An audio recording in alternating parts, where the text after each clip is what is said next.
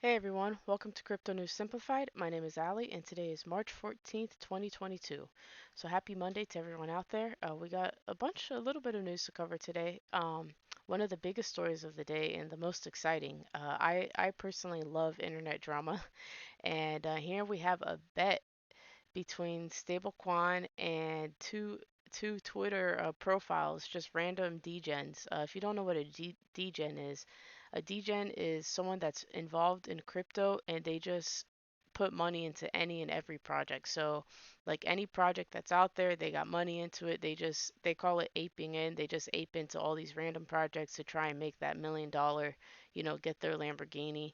Um, so yeah, Stablecoin at Stablecoin, he's one of the main faces of Terra Luna and the developer, and he got called out by a DJan on Twitter named at Al, I guess AI God Trading. I thought it was Al God Trading, but I think that's an I. So AI God Trading.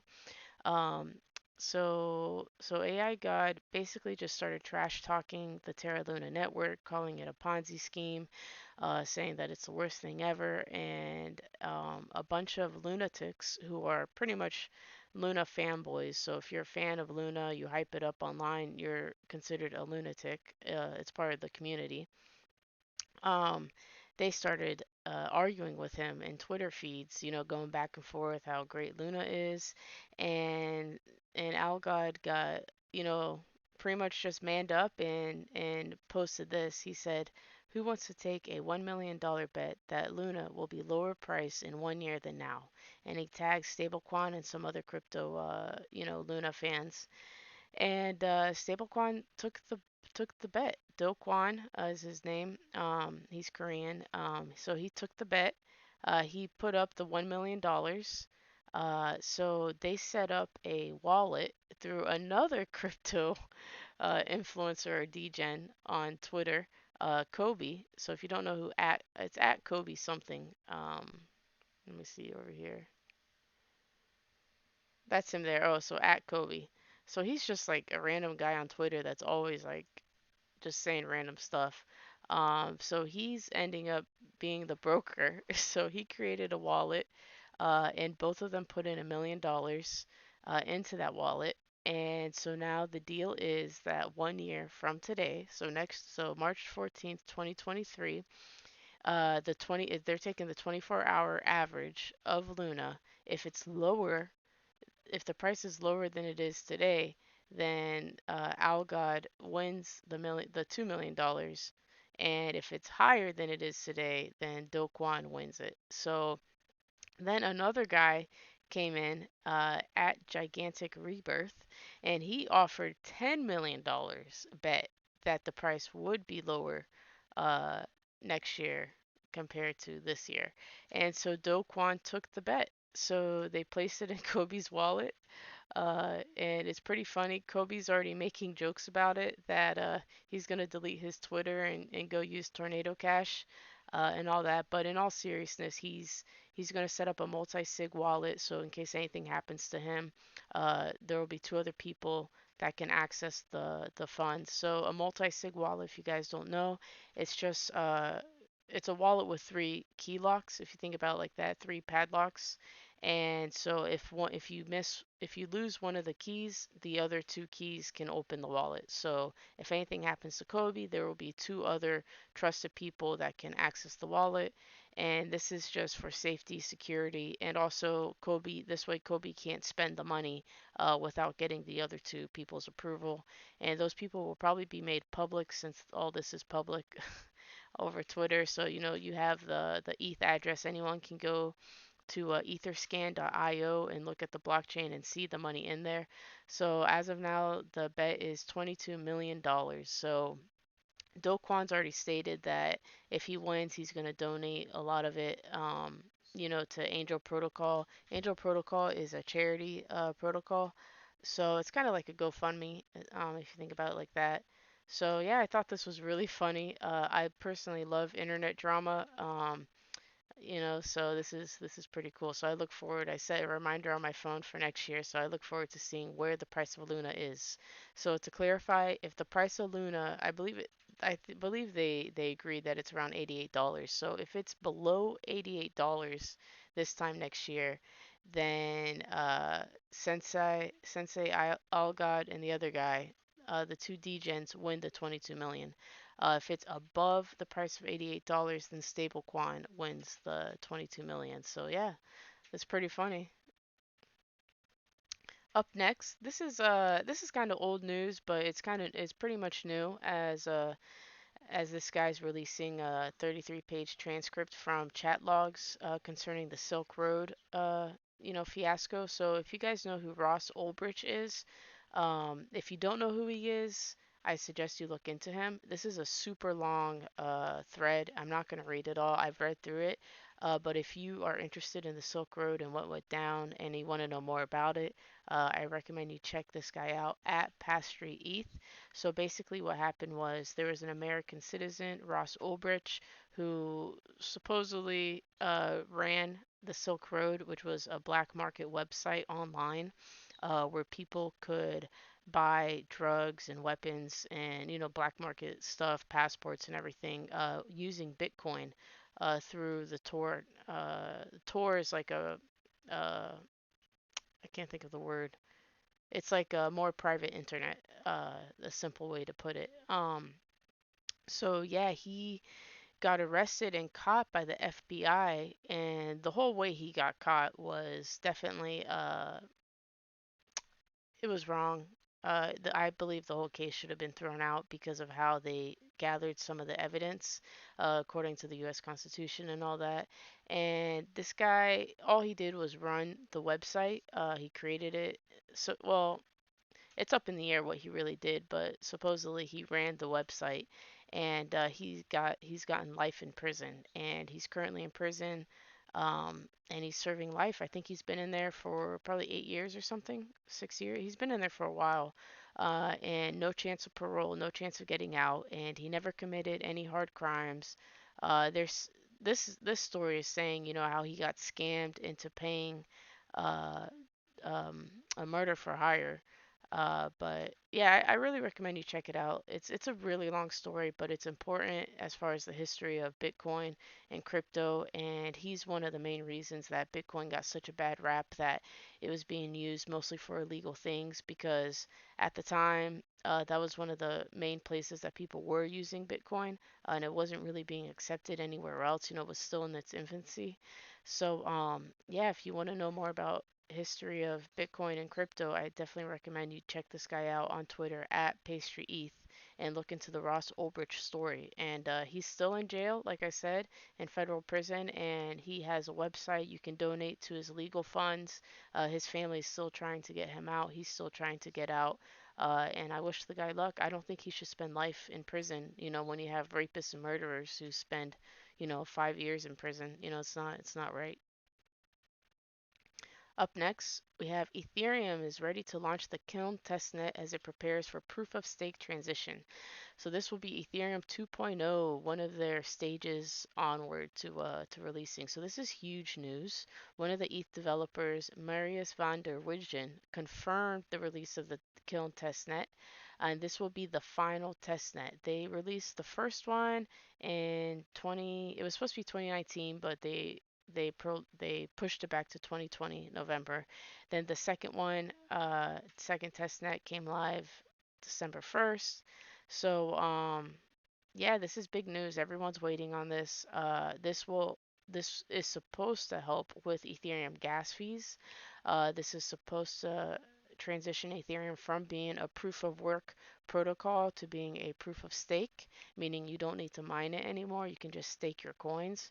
So already there are over 10, I think 10 million, 10 billion, 10 million. It's right here. There's over 10 million ETH already staked, waiting for this. So that's some big news. That's a lot of money.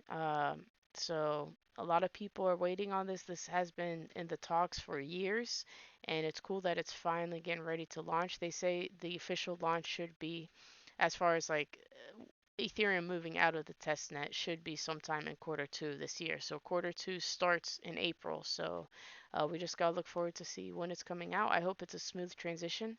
A lot of times when these blockchains are upgrading, it is computer technology, and there could be bugs in the code, there could be errors, there could be things that happen that are unsuspecting that the developers don't see. So I just hope that it's a smooth transition for Ethereum.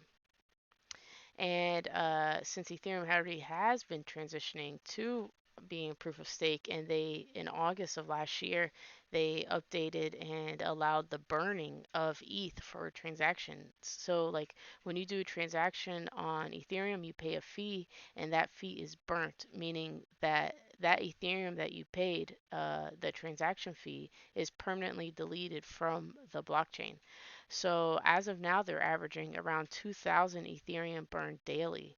So because the way Ethereum works is with each block, it's infinite. The amount of Ethereum that will be created is infinite, but and that really hurts the price, because you'll never have a high price like Bitcoin of, excuse me, of 50,000, 60,000, because if it's infinitely printing, it's just the demand would have to outpace the supply. So what they did was they updated it in August, allowing it to be deflationary by burning ETH every transaction. And this will set the course for it to be deflationary because now with so many people doing transactions on Ethereum, more Ethereum is burnt than is created. So yeah, so this will help bring the price of Ethereum up, which is what a lot of people want. Um, so yeah, that's pretty cool. So about 2,000 Ethereum are burned each day. That's crazy. Up next, I spoke about this the other day in one of my other videos, about on Anchor Protocol now having a proposal to list SAVEX. So the vote is now live. Guys, if you want to vote on this, you have to be a part of the protocol. So you need 1,000 Anchor. I didn't mention that last time, but if you like Anchor Protocol, you believe in the protocol, you've done your research, then go ahead and scoop up 1,000 Anchor and take a vote.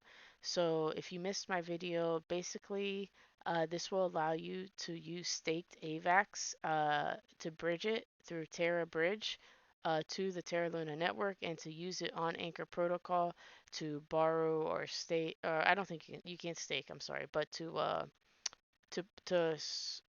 you're not, I guess you would stake it into Anchor Protocol, and that way you could take out collateral against it and borrow against it. So it's just giving more revenue options to Anchor so that they can keep that 20% APY, and it's giving more utility to AVAX, staked AVAX especially, because if you don't know how AVAX works, when you stake it on the Avalanche network, you can't move it.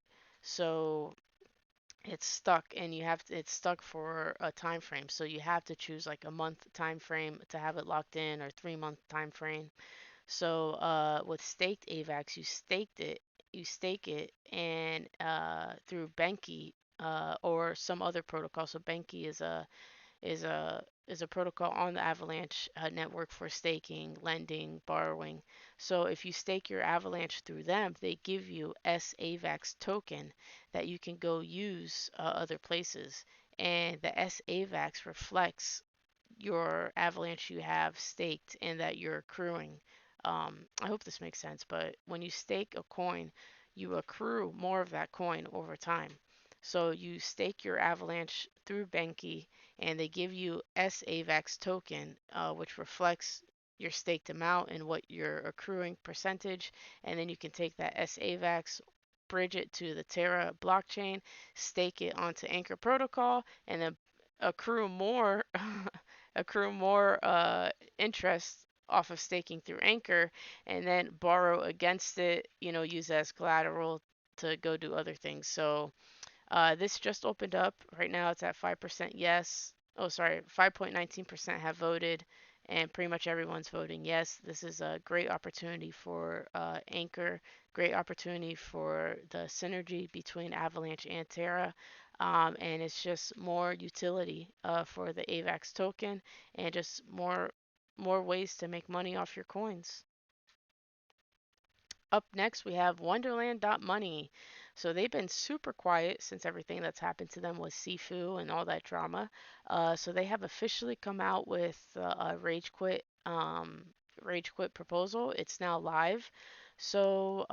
Basically, if you guys aren't familiar with Wonderland, it was a DAO on the Avalanche network, and it was acting kind of like a venture capitalist fund, meaning everyone puts their money into this pot, and the developers were using that money to invest in other projects, so that when those projects get up and running, that revenue comes back to the original people who financed it, and you get your returns that way. So like dividends pretty much on a daily basis. It was one of the most popular DAOs around, next to Olympus. And all this drama came out about the treasury manager Sifu. Turned out to be some ex-scammer from Canada, and he had helped ran a cryptocurrency exchange in Canada, and that exchange went under, and he ran off with a lot of money. He served time in jail before in a U.S. prison for selling people's identities on the black market and just a bunch of stuff. So he was anonymous, and all this information came out. Everyone freaked out. There is a whole bunch of drama, and the price of the coin has tanked. So now with this rage quit proposal, you can get out. So if you're still holding wrapped memo, you can get out against the calculated backing price of $37,135. So if you own 10%, or if you own, sorry, zero point 0.1 wrapped memo, then if my math is correct, you would walk away with $3,700. So that's how it works. The one memo would be $37,000, and whatever percentage of a wrapped memo you hold, that's the price that you get to get out on. The rage quit window will remain open for 72 hours to allow for time for everyone to get in. Uh, Everyone that is whitelisted, because they had, when they did this proposal, you had an opportunity to vote on it and whitelist yourself. So after 72 hours of the rage quit window opening, the contract will close and a 24-hour transition period will start to allow the multi-sig and development team to restart trading and add all liquidity. So you can read about this. This is the official at Wonderland underscore Phi account on Twitter. So if you have money in Wonderland, you've been confused on what's going on, make sure you're following them and staying up to date. Up next, we have the European Parliament votes against proof of work ban, providing huge relief to the crypto industry. So the EU has a regulatory framework draft that they're voting on, and it's basically just setting up, like I said, regulatory framework for how the countries in the EU should handle crypto, how it should be taxed, who's going to be in charge of it, regulating it. This is to help ensure that there's no money laundering, that there's no black market deals going on, or like skirting sanctions or any of that. So in this bill, there's 126 articles, so 126 like different rules, I guess you could say rules. In this bill, one of the rules that they were proposing was that proof of work blockchains would be banned. So this is Bitcoin, this is Dogecoin, this is right now Ethereum, because Ethereum's not a proof of stake. So these are any blockchains that require a miner to validate the network. So the reason they want to ban it is because they say it's not green, it's bad for the environment. If you're not familiar how proof of work works, basically it's a bunch of people set up their computers to just verify the network. So when I send you 1 Bitcoin, let's say, the network has to do the work. We do it like a text message, like I'm just sending from this address to this address, but it's the computers, it's the miners, it's everyone that has their computer hooked up to the Bitcoin network that validate it. So these computers are running all day, solving complex algorithms to just ensure every transaction, to verify it, so that they're updating the blockchain, letting everyone know where every coin is, where what, yeah, pretty much where every coin is, where it's been, all that. So a lot of people see this as bad for the environment, because having computers run 24/7, I guess is bad for the environment, but there's so many things bad for the environment. I really think that should be the least of their concern is a bunch of computers running. But hey, luckily this did not pass, so that means proof of work blockchains will not be banned in the EU, the European Union. So that's big news. Up next in UK, regulator bans crypto ATMs, and they say people should be prepared to lose all their money, which is governments always try and scare you from crypto because they want you to be scared of it because they're scared of it. So, the United Kingdom's financial regulator, the Financial Conduct Authority, FCA, has ordered all cryptocurrency automated teller machines, so ATMs, to halt use, to be shut down. So there was around 80 crypto ATMs in the UK as of Friday, and already half have been shut down and turned off. Basically, what happened was the company running them never filed for a license to run them through, and I guess they would have to add file through the FCA.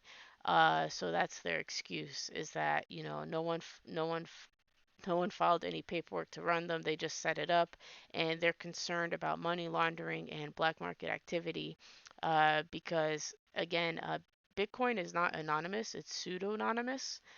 You can make it anonymous with like things like Tornado Cash and everything. Um, so, if you have an anonymous Bitcoin wallet, you can just walk up to this ATM, and just send your Bitcoin, get cash out, and it's pretty anonymous. So unless, the government would have to track the cameras and this, around it and everything to figure out who took out when the money. But so yeah, that's just the UK government freaking out about money laundering and black market activities.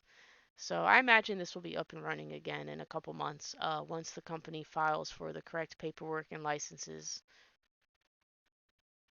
Up next, we have Elon Musk talking crypto again. He tweeted this today. He says, and I quote, as a general principle, for those looking for advice from this thread he's talking about inflation. It is generally better to own physical things like a home or stock in companies you think make good products than dollars when inflation is high. I still own and won't sell my Bitcoin, Ethereum, or Doge. FWIW, which I don't even know, for the win. I don't know what that means. So basically he tweeted this, that he still holds Bitcoin, Ethereum, and Doge, and he isn't selling. And of course, Doge pumped after, anytime Elon Musk tweets about Dogecoin, it just pumps automatically. And Bitcoin's gone up, Ethereum's gone up, but who's to say if it's because of him? So yeah, so that's big news. Whenever Elon Musk talks crypto, the market, moves in reaction to that, which is pretty funny. Up next, we have crypto quant firm Gauntlet, valued at 1 billion following Series B. So, Gauntlet is a company that works with Aave and Compound, which are two of the biggest DeFi protocols in crypto. They do they do crypto lending, borrowing, all that jazz. And basically, they're a company that runs stress tests, and that helps Aave and Compound find the best and optimal lending and collateral levels. So they're like a tool that these protocols use. So they just raised $23.8 million in funding. So they haven't said what they're going to be doing with that money, but I imagine they'll be looking to. Oh, they do say, I'm sorry. They said the funding will be used to hire additional workers and expand into new industry verticals, including gaming. So the metaverse and crypto gaming is definitely. So yeah, that's pretty cool.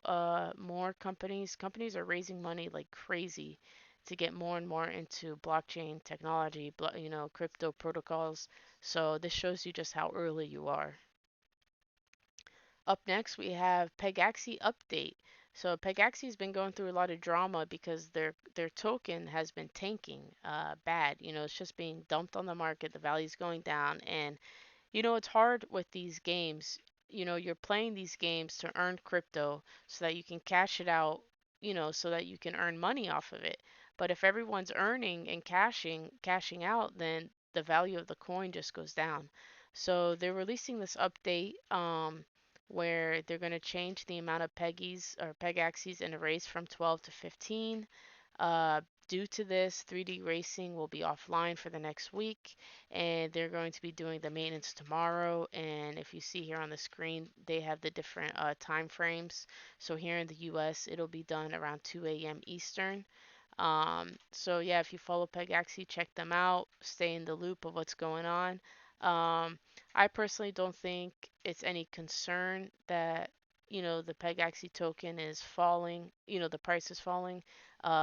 This is all new, and I believe they'll be able to figure it out. Axie had the same problem, and they were able to make some adjustments to their game, and they were able to help level off the price of their coin. But yeah, so something to look forward to. Up next, Forbes. Forbes magazine is going to release virtual NFT collection called Billionaires, and I guess this is what they look like, which I think they look kind of funky. Basically, they're just releasing an NFT collection that'll give you perks on their website. You can use it as an avatar. I'm sure there will be like little cool things you'll get from Forbes. You'll get your wallet listed on their website as an exclusive member, and extra perks. So I thought this was funny. Just more companies getting involved with NFTs and looking for ways to utilize those NFTs. Like a lot of the NFT projects on OpenSea and a lot of the big NFT markets are they're really just art, profile, like just pictures like this of the same thing in different variations, but there's really no utility. So it's cool that companies are looking to get into NFTs and looking to give these NFTs a utility, a reason to hold it, a reason to buy it, a reason to use it. As we see the NFT market grow and expand, it's cool seeing these things happen. And the last bit of the day. So 54,000 Bitcoin were taken off exchanges in just 9 days. So if we see this chart here, this is from at BTC underscore archive. We just see the amount of Bitcoin on exchanges just free falls pretty much. And 54,000 Bitcoin at the current price, that's over $1 trillion. I believe it's like 2 trillion. I haven't checked the price of Bitcoin, but if it's at like 40,000, yeah, that's a lot of money. So this is kind of bullish for the space. Usually when people are accumulating like that and taking money off exchanges, they're not playing around with it, meaning they're not longing it, shorting it. They're putting it into safekeeping because hopefully there will be a top off. So yeah, so I just thought this piece of it was interesting. All the altcoins, so all the cryptocurrencies pretty much follow whatever Bitcoin does. If Bitcoin goes up, they go up. If Bitcoin goes down, they go down. So this is why I showed this. It's important to understand how the crypto market works if you're looking to make money off of it and be involved in it. So yeah, I hope you guys all had a great night. Please like, share, subscribe, comment, show it to your friends. Give me feedback on what you like, don't like. And thank you again for following me. This is Crypto News Simplified, where I bring you awesome crypto news every night, Monday through Friday, around 9 p.m. Eastern. Have a great day, guys.